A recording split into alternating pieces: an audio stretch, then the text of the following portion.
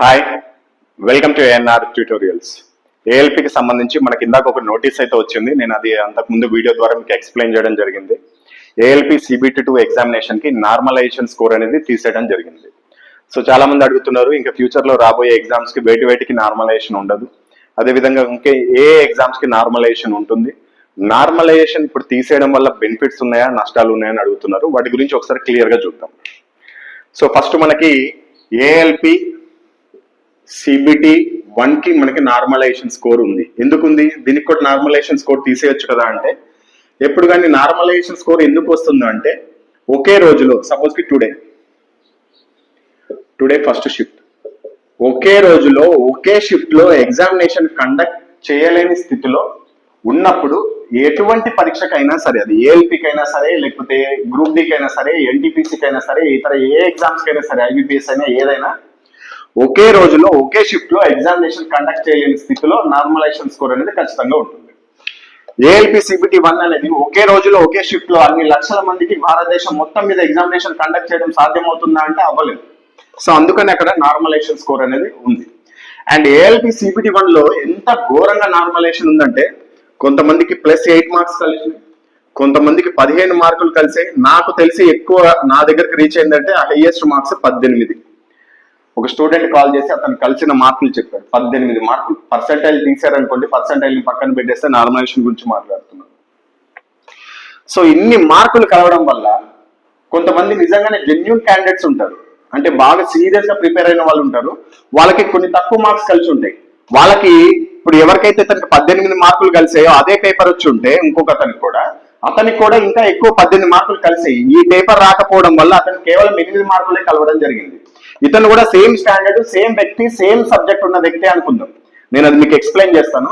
So ఈ normalization score వల్ల కొద్దిగా బ్యాక్లాగ్ అనేది ఉంది. స్టూడెంట్స్ కి కొద్ది వరకు న్యాయం అయితే జరగదు.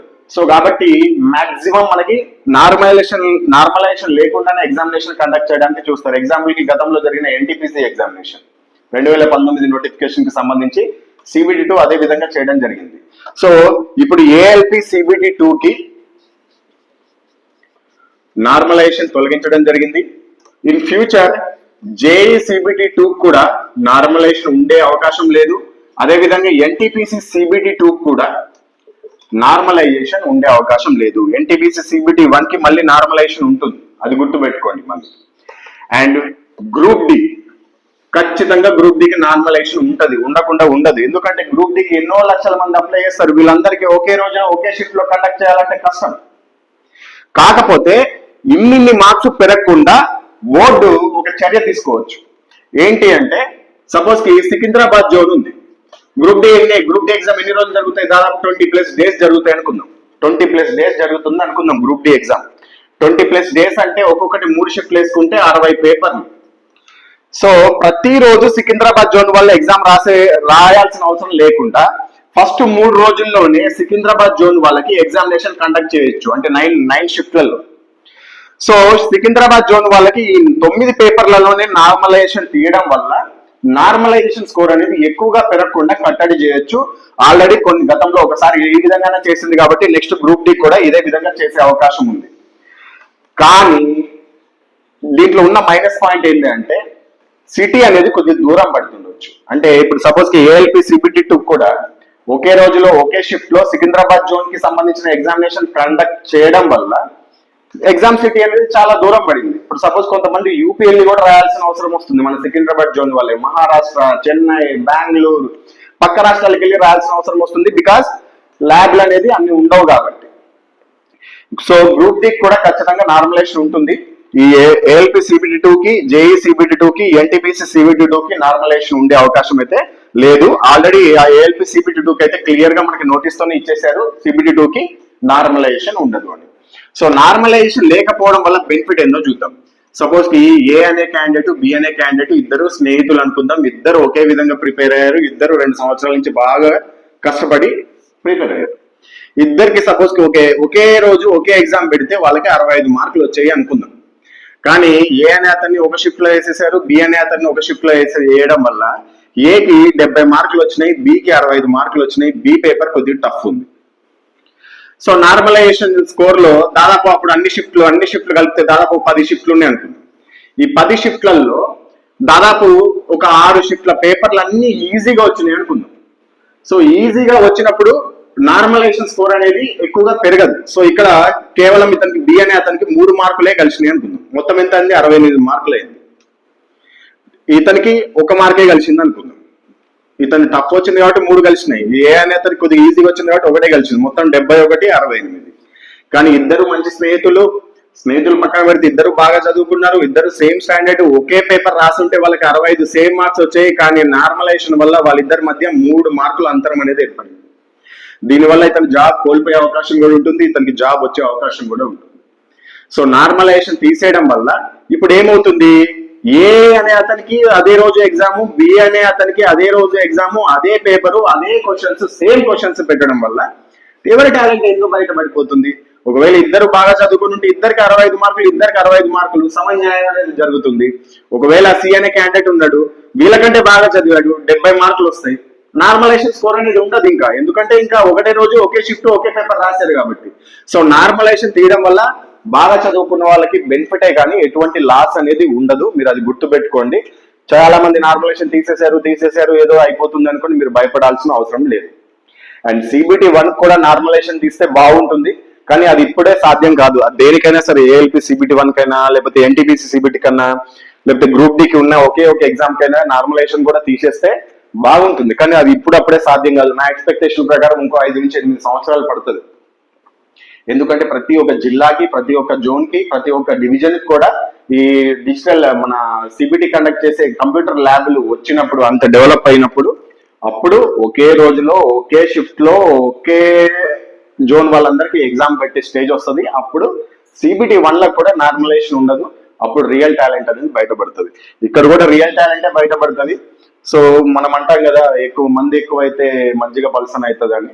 సో ఎక్కువ మంది రాయడం వల్ల సమన్యాయం కల్పించలేము ఈ నార్మలైజేషన్ వల్ల. సో ఇది నార్మలైజేషన్ అనేది మీకు ప్లస్ పాయింటే కానీ మైనస్ అయితే కాదు. నెక్స్ట్ ఫ్యూచర్ లో మనకి జేఈ సిబిటి 2, ఎన్టీపీసీ సిబిటి కూడా నార్మలైజేషన్ ఉండే అవకాశం లేదు. అండ్ మెయిన్ ఇంకోటి చెప్తున్నా, గ్రూప్ డికి అయితే 100% నార్మలైజేషన్ ఉంటుంది. కాకపోతే ఇన్ని మార్కులు పెరిగే విధంగా అయితే ఉండదు. సో ఇంకేమైనా డౌట్స్ ఉంటే కమెంట్ సెక్షన్ లో అడగండి, అందరికీ రిప్లై చేయడానికి ప్రయత్నిస్తాను. All the best. జై హింద్. ఆర్ఆర్బి ఎగ్జామ్స్ కి ప్రిపేర్ అవుతున్న స్టూడెంట్స్ అందరికీ ఈ ఏఎన్ఆర్ పబ్లికేషన్ కి సంబంధించిన బుక్స్ అనేది మీకు రిఫర్ చేస్తున్నాను. దీనికి సంబంధించి ఒక్కొక్క బుక్ యొక్క ఇండెక్స్ కూడా మీకు డిస్క్రిప్షన్ బాక్స్ లో ఇస్తాము. అది చూడండి, మీకు నచ్చితేనే తీసుకోండి. దీంట్లో ఉన్న క్వశ్చన్స్ అనేది గతంలో జరిగిన టెక్నీషియన్ గ్రేడ్ 3, ఆర్పిఎఫ్, ఏఎల్పి, ఇతర ఆర్ఆర్బి ఎగ్జామ్స్ లో దీంట్లో నుంచి ఎక్కువగా మోడల్స్, సేమ్ మోడల్స్, లేకపోతే కొద్దిగా సేమ్ రిలేటెడ్ ఉన్న మోడల్స్ మాక్సిమం అవే రావడం జరిగింది. వాటిని ఎలా ప్రిపేర్ అవ్వాలి, దానికి సంబంధించిన టైం టేబుల్ కూడా మీకు బుక్ చివరిలోనే ఉంటుంది. ఆ టైం టేబుల్ ప్రకారం ఆ బుక్ ని మొత్తం కంప్లీట్ చేసినట్లయితే మీకు మంచి మార్క్స్ అనేది స్కోర్ చేసుకోవచ్చు. అది ఏ సబ్జెక్ట్ అయినా సరే, మ్యాథమెటిక్స్, రీజనింగ్, సైన్స్, జీకే, అదేవిధంగా బేసిక్ సైన్స్ అండ్ ఇంజనీరింగ్ సంబంధించిన బుక్స్ అనేది మీకు అందిస్తున్నాను. ఇవన్నీ లేటెస్ట్ ఎడిషన్ కి సంబంధించిన బుక్స్. మీకు బుక్స్ లో అసలు ఏమేమి టాపిక్స్ ఉంటాయనేది మీకు ఇండెక్స్ పీడిఎఫ్ రూపంలో డిస్క్రిప్షన్ లో ఉంటుంది. దాన్ని డౌన్లోడ్ చేసుకొని కూడా చూడొచ్చు. అంతకంటే ముందు ఒకసారి నేను చెప్తాను క్లియర్ గా ఏ బుక్ లో ఏమేమి ఉంటాయో. మ్యాథమెటిక్స్ బుక్ లో వచ్చేసి చాప్టర్ వారీగా మోడల్స్ ఉంటాయి. అంటే ఒక్కొక్క చాప్టర్ కి ఎన్ని మోడల్స్ ఉన్నాయో అన్ని మోడల్స్ ఇవ్వడం జరుగుతుంది. దాని కింద మళ్ళీ ప్రీవియస్ ఇయర్ క్వశ్చన్స్ ఉంటాయి, విత్ సొల్యూషన్ ఉంటాయి. అదేవిధంగా చాప్టర్ వారీగా షార్ట్ కట్ ఫార్ములాస్ ఉంటాయి. చాప్టర్ వారీగా ప్రీవియస్ ప్రశ్నలు, సమాధానాలు, వివరణ కూడా ఉంటుంది. ఇది తెలుగు మీడియం లో అవైలబుల్ ఉంటుంది. కాస్ట్ వచ్చేసి 565, ఫ్రీ హోమ్ డెలివరీ ఉంటుంది. అదేవిధంగా రీజనింగ్ బుక్ కూడా సేమ్ ఇలాగే ఉంటుంది. చాప్టర్ వారీగా మోడల్స్ ఉంటాయి, చాప్టర్ వారీగా షార్ట్ కట్ ఫార్ములాస్ ఉంటాయి. నాన్ వర్బల్ రీజనింగ్ అయితే వీడియో సొల్యూషన్స్ కూడా ఉంటాయి. నాన్ వర్బల్ రీజనింగ్ నుంచి ఎక్కువ మార్కులు స్కోర్ చేసుకోవచ్చు. కాకపోతే చాలా మంది కొత్తగా చదువుతున్న వాళ్ళకి అది అర్థం కాదు. సో కాబట్టి దానికి వీడియో సొల్యూషన్స్ కూడా ఇచ్చాం. ఎలా వీడియో ఇచ్చామంటే అది కూడా ఫ్రీనే. మీకు ఆ చాప్టర్ తర్వాత క్యూఆర్ కోడ్ ఉంటుంది. దాన్ని మీ మొబైల్లో స్కాన్ చేస్తే డైరెక్ట్ వీడియో ప్లే అవుతుంది. మీకు దీని కాస్ట్ వచ్చేసి 510 రూపీస్ ఉంటుంది. తెలుగు మీడియంలో అవైలబుల్ లో ఉంటుంది. ఇది కూడా free delivery. And general science చాలా ఇంపార్టెంట్ టాపిక్ ఇది. దీంట్లో ఈ బుక్ లో చాప్టర్ వారీగా ప్రీవియస్ ప్రశ్నలు, సమాధానాలు ఉంటాయి. అదేవిధంగా చాప్టర్ వారీగా ఫిజిక్స్ ప్రాబ్లమ్స్ యొక్క సమాధానాలు, దాని యొక్క వివరణ కూడా ఉంటుంది. అంటే ఫిజిక్స్ ప్రాబ్లమ్స్ ప్రతి ఎగ్జామ్ లో, సైన్స్ ఎక్కువగా ఈ టెక్నీషియన్ గ్రేడ్ 3, ఏఎల్పి, లేకపోతే గ్రూప్ డి ఇటువంటి ఎగ్జామినేషన్ లో 4 నుంచి 5 క్వశ్చన్లు కూడా వస్తాయి ఒక్కొక్క సెట్ లో. సో కాబట్టి ఫిజిక్స్ ప్రాబ్లమ్స్ పైన ఎక్కువ ఫోకస్ చేయడం జరిగింది. 86 మోడల్స్ మొత్తం ఫిజిక్స్ ప్రాబ్లమ్స్ మేము వెతికితే దొరికినాయి. దాని యొక్క సమాధానాలు, వాటి యొక్క వీడియో సొల్యూషన్స్ కూడా క్యూఆర్ కోడ్ రూపంలో ఇవ్వడం జరిగింది. ఆర్ఆర్బి లాస్ట్ 10 years వచ్చిన ఇంపార్టెంట్ క్వశ్చన్స్ తో పాటు ఎన్సీఆర్టీ బిట్స్ కూడా మనం యాడ్ చేయడం జరిగింది. తెలుగు మీడియంలో అవైలబిలిటీలో ఉంటుంది. కాస్ట్ వచ్చేసి 515 రూపాయలు ఉంటుంది. ఇది కూడా free home delivery.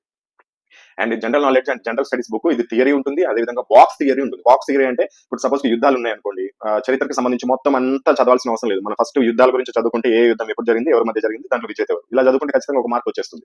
General knowledge, general studies ఎంత వరకు అవసరమో అంతవరకే ఆర్ఆర్బీ వాళ్ళకి ఎంత అవసరమో అంత ఇవ్వడం జరిగింది. స్టాండర్డ్ అనేది కొన్ని ఉంటాయి.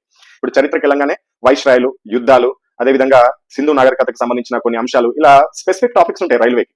వాటన్నిటి మీకు క్లుప్తంగా దీంట్లో ఇవ్వడం జరిగింది. స్ట్రాటజీకే మొత్తం ఉంటుంది. నృత్యాలు, అదేవిధంగా మిలిటరీ ఎక్సర్సైజెస్, కరెంట్ రీసెంట్ జరిగిన మిలిటరీ ఎక్సర్సైజ్, వాటన్నిటికి సంబంధించి కూడా ఉంటే మీకు ఇండెక్స్ కావాలంటే కింద డిస్క్రిప్షన్ బాక్స్ లో ఉంటుంది, చూడొచ్చు. అండ్ స్ట్రాటజీకి సంబంధించిన ప్రీవియస్ ప్రశ్నలు, అదేవిధంగా స్ట్రాటజీకి రిలేటెడ్ కరెంట్ అఫైర్స్ కూడా ఇవ్వడం జరిగింది. Geography, history, polity, economy, physics, chemistry, biology, వీటన్నిటికి సంబంధించిన బాక్స్ థియరీ కూడా ఉంటుంది. తెలుగు మీడియం, అదేవిధంగా కాస్ట్ వచ్చేసి 520 ఫ్రీ డెలివరీ. అండ్ ఏఎల్పీ వాళ్ళకి, టెక్నీషియన్ గ్రేడ్ 1 వాళ్ళకి బేసిక్ సైన్స్ అండ్ ఇంజనీరింగ్ అనేది ఈ బుక్ అనేది చాలా ఇంపార్టెంట్. దీంట్లో నుంచి ఏఎల్పీ వాళ్ళకైతే మాక్సిమం మార్క్స్ స్కోర్ చేసుకోవచ్చు. థియరీ ఉంటుంది, అదేవిధంగా చాప్టర్ వారీగా ప్రీవియస్ ప్రశ్నలు ఉంటాయి, అదేవిధంగా సైన్స్ లో ఉన్న న్యూమరికల్ ప్రాబ్లమ్స్ కూడా సమాధానాలు ఉంటాయి. టెక్నీషియన్ గ్రేడ్ 3 వాళ్ళకి కూడా 80% సిలబస్ కంప్లీట్ అవుతుంది. ఏఎల్పీ వాళ్ళకైతే దీంట్లో 100% సిలబస్ కవర్ అవుతుంది ఈ బుక్ లో. ఇది కూడా తెలుగు మీడియం లో అవైలబిలిటీ ఉంటుంది. కాస్ట్ వచ్చేసి 550, ఫ్రీ హోమ్ డెలివరీ ఉంటుంది. ఒకవేళ ఇండివిజువల్ గా కాకుండా మాకు అన్ని బుక్లు కావాలి, లేకపోతే 2 బుక్లు కావాలి, 3 బుక్లు కావాలంటే మీకు కాంబో ఆఫర్స్ ఉంటాయి. 2 బుక్స్ అయితే కాంబో ఆఫర్ 999 ఉంటుంది. ఎనీ 3 బుక్స్ కాంబో ఆఫర్ 1425 ఉంటుంది. ఎనీ 4 బుక్స్ కాంబో ఆఫర్ 1850 ఉంటుంది. Any 5 books combo offer 2150 rupees ఉంటుంది. మీరు ఏ బుక్ తీసుకున్నా, సింగిల్ బుక్ తీసుకున్నా, 2 బుక్స్ తీసుకున్నా, 3 బుక్స్ తీసుకున్నా, అక్కడ 5 బుక్స్ తీసుకున్నా, 4 బుక్స్ తీసుకున్నా అని ఫ్రీ డెలివరీ ఉంటుంది. మీరు ఒకవేళ ఈ బుక్ తీసుకోవాలనుకుంటే కనుక ఇక్కడ డిస్ప్లే పైన చూపిస్తున్న ఫోన్ పే లేకపోతే గూగుల్ పే నెంబర్ కి మీరు పేమెంట్ చేసుకుని, ఆ పేమెంట్ యొక్క స్క్రీన్ షాట్ ని సేమ్ ఇదే నెంబర్ వాట్సాప్ కి మీరు పంపించాల్సి ఉంటుంది. మీరు పేమెంట్ చేసుకున్న తర్వాత వాట్సాప్ కి 3 రకాల ఇన్ఫర్మేషన్ పంపాల్సి ఉంటుంది. ఒకటి పేమెంట్ స్క్రీన్ షాట్, రెండోది మీ యొక్క అడ్రస్, మూడోది బుక్ యొక్క పేర్లు. మీరు ఏదైతే పేమెంట్ చేసుకున్నారో, సపోజ్ కి 3 బుక్లకి పేమెంట్ చేసుకున్నారు అనుకోండి, ఆ 3 బుక్ల పేర్లు పంపిస్తే మీకు బుక్స్ అనేది మీకు డైరెక్ట్ హోమ్ డెలివరీ అనేది చేస్తారు త్రూ పోస్టల్ ఆర్ డిటిడిసి, మీకు అవైలబిలిటీలో బట్టి.